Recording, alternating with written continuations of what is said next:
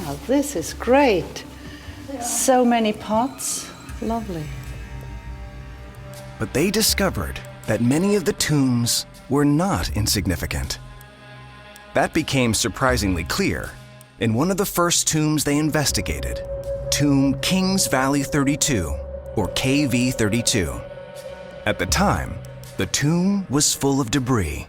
Many others have been in the 19th century, but when they saw this big amount of debris and no decoration in the walls, I think they said, we don't work here. However, as the team from Basel began closer examination, they made some astonishing finds among the debris. Fragments of material that revealed the tomb belonged to a queen. Queen Tia, seen here with her son Tutmosis IV. Queen Tia was also grandmother to the great pharaoh Amenhotep III. It was a significant find. This important discovery that very little remains of debris could contain very informative and important material. Yes. Was the starting point that attracted interest to this kind of tombs. So if KV32 belonged to Queen Tia, who did all the other supposedly insignificant tombs belong to? Was it possible that all of the tombs in the side valley of the royal necropolis might belong to other members of this family? That there are more like 60 mummies here, and most may be female. But what might be the link between all the women in the tomb? The archaeologists make a number of other finds which confirm that many of the burials are connected to Amenhotep III. This ring, for example, shows the name of Amenhotep III, and it was quite small, maybe from a child or from a younger person. And some wooden tags they find name more of the occupants. The inscriptions on the wooden tags name several more previously unknown daughters of the king. So in the time of Amenhotep III, dozens of women were all buried together, some daughters of the king, some non-royal women, and some who were foreigners, and at least one so-called ornament of the king. Why would they all have shared a single tomb? Trying to make sense of this means understanding why Amenhotep III has been described as the pharaoh with 1,000 wives. When he was still a boy, he was married to a girl called Ti. Ti married Amenhotep III when they were both very young, and so she was there throughout his long reign and indeed afterwards. She was one of the most powerful women in Egypt because he and she ruled side by side, really almost as equals. And you can see this in the statuary, because as you can see here, Ti is the same size as Amenhotep III, which is very unusual for a royal wife.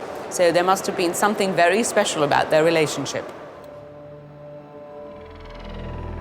Throughout his reign, Ti remained at his side as a wife, companion, and trusted advisor. Amenhotep was devoted to Ti, but this did not prevent him from taking other wives. Amenhotep III chose a very novel way of showing important events in his career. This scarab was made to celebrate the wedding with Guli Kupa, who in fact came from the kingdom of Mitanni. On this scarab, he writes how he and Queen Ti welcomed Guli Kupa and when she came from Mitanni, and she didn't come alone. She brought with her 317 women, all of whom wound up being part of the court of Amenhotep III. Many Egyptologists refer to the women in a pharaoh's court as his harem, and Amenhotep III appears to have used his gold to fill his harem with beautiful women, including numerous other consorts. In a remarkable series of finds at the end of the 19th century, an archive of nearly 400 clay tablets was discovered in Egypt at Amarna. The tablets are written in cuneiform and reveal the extensive network of communication which existed between states and what was on Amenhotep's mind. These clay tablets are an amazing source of information about Amenhotep III's reign. The Mana letters are diplomatic correspondence.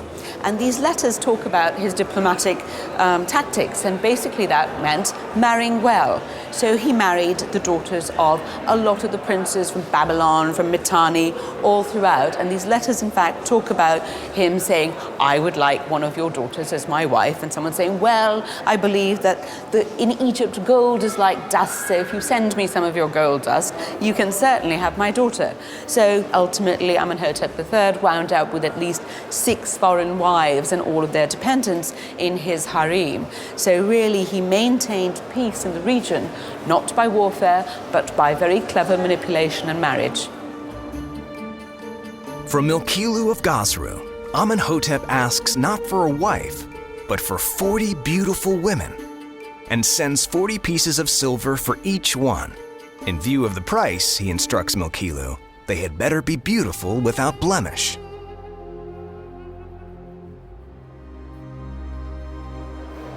Many of them would have been foreigners, and they would also have been Egyptians. But they were not all there as concubines, because a harem palace was really for female family members and their children. So there were a lot of dependents which might not have all had a sexual role to play. But certainly there were lots of women there. So is that the answer? Were they women from the harem, perhaps his favorites, who were buried in the newly discovered tombs in the Valley of the Kings?